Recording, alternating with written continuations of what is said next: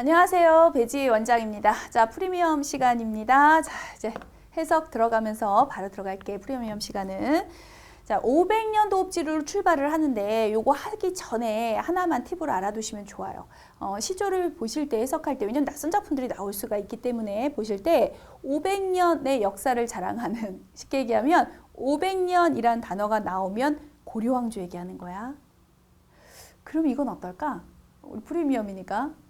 반천년은 그러면 몇 년일까요? 어느 역사일까요?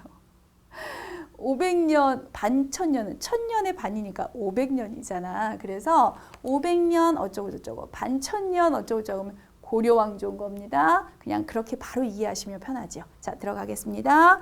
500년 도읍지를 우리는 기본 해석을 하는 거니까 그대로 쓸게요. 500년의 도읍지를요. 도읍지는 그러니까 쉽게 얘기하면 서울. 그러니까 고려시대니까 고려시대의 서울을 얘기하는 거라 보시면 되고요.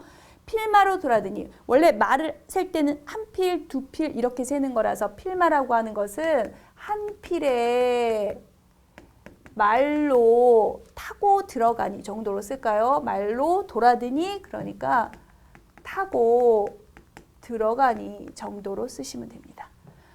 그러니까 500년도 지금은 사실은 고려 이때가 요게 고려왕조가 멸망했을 때 멸망했지만 그때의 터는 있잖아. 그래서 그때의 터인 도읍지 그러니까 서울을 쭉 말 한 피를 달고 쭉 돌아보니 산천은 의구하되 산과 천이요. 그러니까 이른바 자연이겠지요.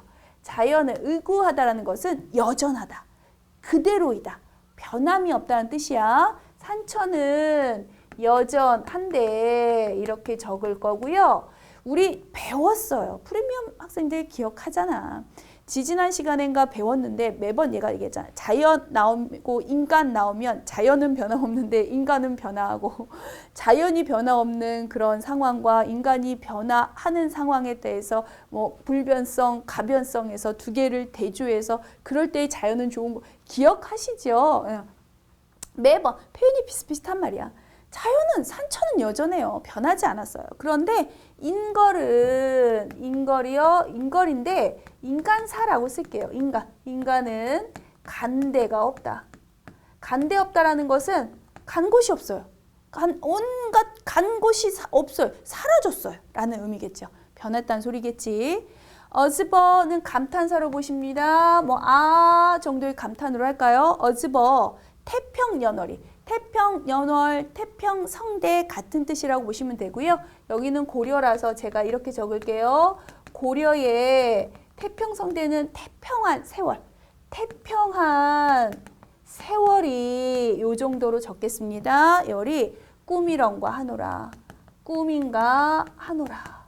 자, 꿈인가 한다는 건 꿈인가? 라고 한답니다. 자, 요거 제가 겉에 표면에서만 했으니까 조금 더 리얼하게 다시 한 번만 정리하듯 해석을 해드리자면 500년 도읍지요. 고려의 도읍지를 말 한 피를 타고 쭉 돌아보니까 왜냐면 지금은 고려가 사라졌거든. 그러다 보니까 한 번쯤 돌아보고 싶었겠지. 고려의 그 신하로서 돌아보니 산천은 여전한데 물론 제가 신하라는 표현 썼지만 오해할까봐 사실은 작가가 이 당시 이제 고려가 다 멸망하고 자기 고향으로 돌아가서 그러니까 벼슬 없이 지낼 당시예요. 근데 매번 얘기하지만 프리미엄이라서 제가 이 정도 얘기해 주지만 이런 것들을 외워가면서 혹은 이런 것들이 중요한 게 아니다. 해석이야. 자, 어찌됐건 산천은 자연은 여전한데요. 인간은 간대가 없죠. 왜? 고려왕조는 망했거든요. 그러니 고려 시대 그 자체의 사람들 이거는 사라진 거예요. 허무하네, 그치? 그러다 보니 고려의 그 태평했던 세월, 정말 융성했던 500년의 역사라든가 그 세월이 참 꿈 같아요. 꿈이구나, 참 허무하구나, 허망하구나, 보통 이렇게들 얘기하죠. 되셨습니까?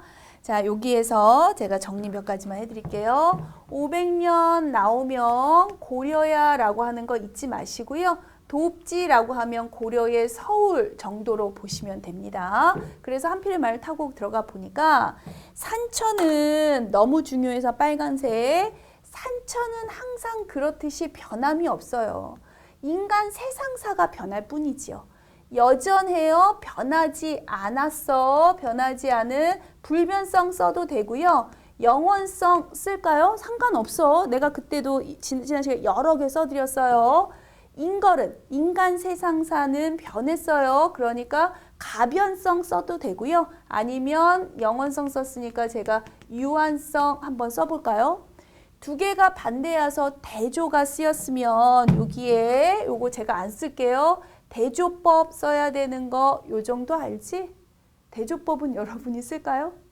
꼭 쓰세요. 대조법이 쓰였고요. 어쨌든 인간 세상사는 참 이러네요. 여기서의 인간 세상사라고 하는 걸 굳이 집어서 얘기하면 고려 왕조를 얘기하는 거겠지. 그러다 보니 자, 여러분들 교재 원래 원문에 어즈버라고 써 있었던 요 단어 정도는 조금 기억하자. 어즈버라고 하는 건 뭐 오라고 하는 것으로 해석할 수 있는 감탄사 정도로 보시고요. 감탄사가 쓰였으면 표현법을 굳이 우리는 영탄법이 쓰였습니다. 요거 이제 골라낼 수 있지. 이제 이 정도는 할 수 있는 거 맞지요? 어찌됐거나 한탄하듯 고려의 그 태평한 세월이 이제는 꿈만 같구나 하면서 마무리가 됐습니다. 자, 아주 중요한 단어라서 원래는 어휘이긴 하지만 저 여기다가 빨간색으로 쓸게요. 참 꿈만 같다. 허망하다. 우리 배웠는데. 기억하십니까? 인간 세상사라고 하는 것은요. 사라지면 끝이야. 죽으면 끝이잖아. 참 허망하고 덧없네. 꼭 기억해야 돼 라고 얘기를 하면서 제가 그렇지 대답 잘하네. 인생무상이라고 하는 단어를 기억해야 돼 라고 했고요. 하나 더 하겠습니다. 인간 세상사가 간데없다 그냥 허망하게 사라졌어요. 뭐가? 여기서는 고려 왕조가 쉽게 얘기할게. 나라가 망했죠. 나라가 망하니까 너무나 한탄스럽네. 자, 나라가 망해서 하는 한탄을 한자성어로 얘들아 그렇지 맥수지탄. 너희가 한자성어를 괜히 공부하는 게 아니야. 고전에 다 연결되고요. 어차피 모르는 고전 또 해석할 때 한자성어 등 이용하고 어휘 등이 다 짬뽕 되는 거야.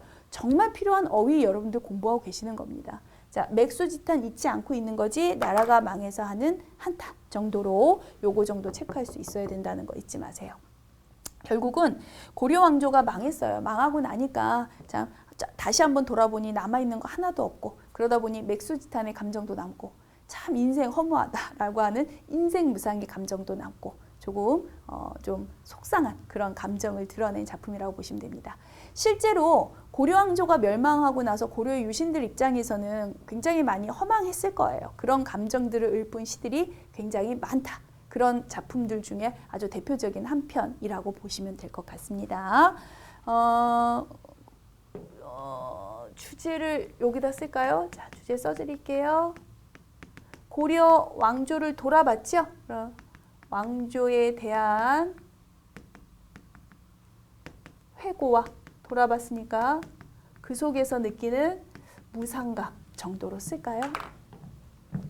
네.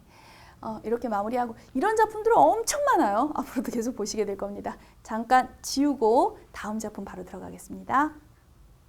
네, 지우고 왔습니다. 자, 해석 바로 들어갈게요. 두 번째 작품. 눈 맞아 휘어진 대를 우선 1차 해석을 하겠습니다. 자, 눈을 맞았어요. 내리는 눈 얘기하는 거야. 눈을 맞아서 좀 휘어졌지요. 휘어진 대는 대나무 얘기하는 거야. 대나무를 대나무가 이렇게 약간은 가늘잖아. 그러니까 눈을 많이 맞으면 그 무게 때문에 살짝 휠 수 있죠. 그 휘어진 대를 뉘라서 즉 누가 굽다 턴고 굽다 굽었다 하는 거. 아니 대체 누가 그러는 거야? 아니 그냥 살짝 그냥 휜 건데 그거를 누가 이렇게 굽었다고 꺾어졌다고 얘기하지? 구불절이면 읽어보니까 알겠죠? 구불절이면 그러니까 구불절 여기서는 절개입니다만 그냥 절이면 해도 되고요. 절개라면 그렇게 그냥 쉽게 굽어버릴 절개라면 눈 속에 풀을 쏘냐 이렇게 여전히 눈 속에서 풀을 쏘냐 풀을 수 있겠느냐 풀을 수 없다라는 뜻이겠죠. 만약 그렇게 구불절이라면 그러니 이렇게 푸르다는 건 구불절개가 아니라는 거죠. 아마도 세안고절은 아마도 세안고절 한자성어 배웠죠? 우리 많이 외웠잖아. 어쨌든 아주 추운 한파와 같은 추운 겨울에도 고고한 절개, 그러니까 변하지 않는 그러한 절개 정도로 보시면 되고요. 절개는 너뿐인가 하노라. 자, 여기서의 너는 대나무 얘기하고 있었으니까 너뿐인가 하노라. 너 대나무 저쪽까지 넘어갈까? 뿐인가 하노라. 여기 넘어가도 되는지 제가 요거 때문에 한번 봤어요. 자, 요 정도. 자, 이제 정리하겠습니다. 자, 우선 지난 시간에 했기 때문에 제가 한 번만 다시 설명을 하면 뭐뭐한고, 뭐뭐한가, 뭐뭐하리, 뭐뭐한 있고, 있까, 랴, 료, 이게 나오면 그냥 서리법 해도 돼 라고 했었죠. 우리 교재를 보시면 굽다, 턴고, 풀을 쏘냐, 서리법이라는 거 다시 한 번만 정리해 드리고 있는 겁니다. 이 정도는 프리미어 학생들은 바로바로 나오셔야 돼요. 그래서 서리법 여러분이 쓰세요. 요 정도는 이제 해야 돼요. 누가 굽었다고 그래? 굽지 않았어. 아니 구불전개를 풀 수 있겠어? 그럼 풀 수가 없지 라고 확언하듯 알고 있는, 자신이 강조하고 싶어서 쓰는 표현법, 서리법이라는 거 우선 알아두시고요. 눈을 맞아서 대나무가 살짝 휠 수는 있지만 그게 굽은 건 아니다. 살짝 고난을 당하고 힘겨울 뿐인 거지. 굽은 건 아니고 절개가 끊어진 거, 절개를 꺾은 것은 아니다. 그러니 추운 겨울에서도 변하지 않는 것. 대나무는 왜 추운 겨울에서도 푸르르기 때문에 소나무, 대나무 우리 절대 지지 않는 그 푸르름. 그래서 왜 절개와 지조를 할 때 강조되는 사물이거든요. 그러니 너뿐인가 하노라 하면서 마무리가 됩니다. 자, 기본적으로는 이런 표현이지만 여기서 뭘 얘기하고 싶냐를 찾는 게 중요한 거죠. 자, 중요한 거 들어갑니다. 자, 눈 맞아서 자, 중요한 거 들어갈 거예요. 눈은 현대시도 마찬가지지만 항상 긍정으로만 쓰이지 않고 항상 부정으로만 쓰이지 않아. 그런데 항상 우리가 문맥사사 찾아줘야 되는데 고전 같은 경우에는 해석이 필수 작품 같은 게 중요해서 우리가 외우니까 그냥 외우셔도 됩니다. 여기서의 눈이요 이거예요. 시련과 고난을 주는 시련이라든가 고난 덩어리, 그래서 눈 때문에 살짝 휘었죠. 즉 휘어졌다는 건 그만큼 고충을 받고 시련을 받는다는 거야. 누가? 우리의 대나무가. 하지만 대나무는 굽지 않고 여전히 푸르를 거예요. 뭐 팁이라면 팁인데 소나무, 대나무는 무조건 동그라미 얘들아. 그러니까 절개와 지조를 상징하고요. 소나무와 대나무가 절개와 지조를 상징의 정도는 외워두시면 너무 좋은 거예요. 즉 시련과 고난을 주는 존재, 그리고 절개와 지조, 시련과 고난의 꿋꿋한 존재, 두 개가 대조되어 있다고 보시면 되고요. 조금 한 걸음 더 나아가서 얘기하자면 사실 이것도 또한 고려 유신으로서 쓴 작품. 그래서 그럼 대충 감 잡았죠? 그 눈은 이성계 일파요. 어호, 이성계 일당 느려. 나 이거 파란색 쓰고 싶지 않아서 지금 오호 소리가 나왔어. 노란색 쓰고 싶은데 그래 녹색 했어야 되는데. 자, 파란색은 내가 왜 표현법 쓸 때 쓰는 거잖아. 쓴 김에 쓰자. 그리고 대나무는 우리의 고려 유신 충신들이죠. 반대되는 일파 맞지? 그러니까 그들 때문에 시련을 당한다 하지만 절대 굽지 않을 거야 라는 뜻으로 보이시면 돼요. 누가 그걸 굽었다고 그래. 만약 구불전개랑 눈 속에서 이렇게 푸르를 수 있겠어? 푸르다는 것 자체가 절개와 지조를 꿋꿋하게 지키고 있음을 나타내죠. 그래서 아마도 추운 겨울에도 조차 변하지 않는 이 절개, 얘들아 요 정도는 외울까? 뭐요? 한자 성어 세안고절 정도는 알고 있어야 돼요. 물론 고절, 고고한 절개, 절자만 들어가면 아주 단순하게 나중에는 절개와 지조, 그러니까 절개란 뜻이야. 이러셔도 돼요.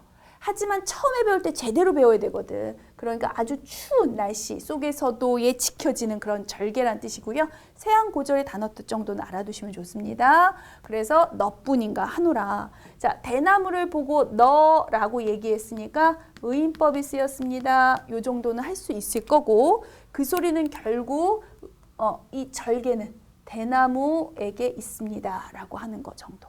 대나무가 절개를 상징하는 것 정도는 이제 확연하게 들어오시죠? 자, 요 정도를 체크하시면 됩니다. 고려 유신이 매번 얘기하지만 쓴 작품들 너무 많아요. 뭐 고려 유신으로서는 뻔한 거 아니야? 내 나라 조국을 난 끝까지 일편단심의 마음으로 생각할 거니까 절개와 지조로 밖에는 대답할 말이 없었을 겁니다. 각각의 상징하는 바 정도와 어휘 같은 거 꼭 알아두시고 표현법은 그때그때 아주 다양하게 나올 때마다 제가 다 설명을 드릴 수는 없지만 왜냐면 뭐 작품마다 하나하나 다 할 수는 없지요. 하지만 나올 때마다 기억을 하시면서 연습을 하시면 현대시, 고전시에서 표현상 특징 문제 하나씩 나올 가능성이 높기 때문에 그거는 해결된다라고 보시면 되겠습니다. 자, 주제 쓰고 갈까요? 예를 들어 고려 왕조에 대한 변치 않는 절개 하셔도 되지만 라스트야 얘들아 하셔도 되지만 대나무, 소나무 나오거나 아니면 뭐 이러면서 어찌됐거나 뭐가 됐든 나는 절개를 지킬 거야 뭐 어쩌고 저쩌고 하면 얘들아 그냥 아주 간단하게 주제가 뭐니? 절개와 지조요. 그것에 대해서 절개와 지조에 대해서 읊은 거잖아. 지키겠다는 뜻이잖아. 그러니 간단하게 이렇게 그냥 포괄적으로 답하셔도 됩니다. 임과의 관계 얘기를 할 때 이별에서 슬프거나 그리우면 임에 대한 그리움을 포괄적으로 쓰듯이 이것도 포괄적으로 써도 되는 거야 얘들아. 이제 여러분 프리미엄에서 얘기하는 거예요. 그래야 너희가 공부하기가 훨씬 편해지는 거야. 하지만 이걸 잘 요약하면 결국은 요거는 맞죠. 둘 다 맞다는 뜻 이해되셨죠? 자, 여러분들한테 넓은 관점에서 공부하는 방법론은 저는 계속 가르쳐주고 싶은 겁니다. 이해되셨죠? 자, 여기서 마무리하겠습니다. 다음 시간에 또 새로운 모습으로 찾아뵙겠습니다. 아주 고생 많으셨어요. 수고하셨습니다.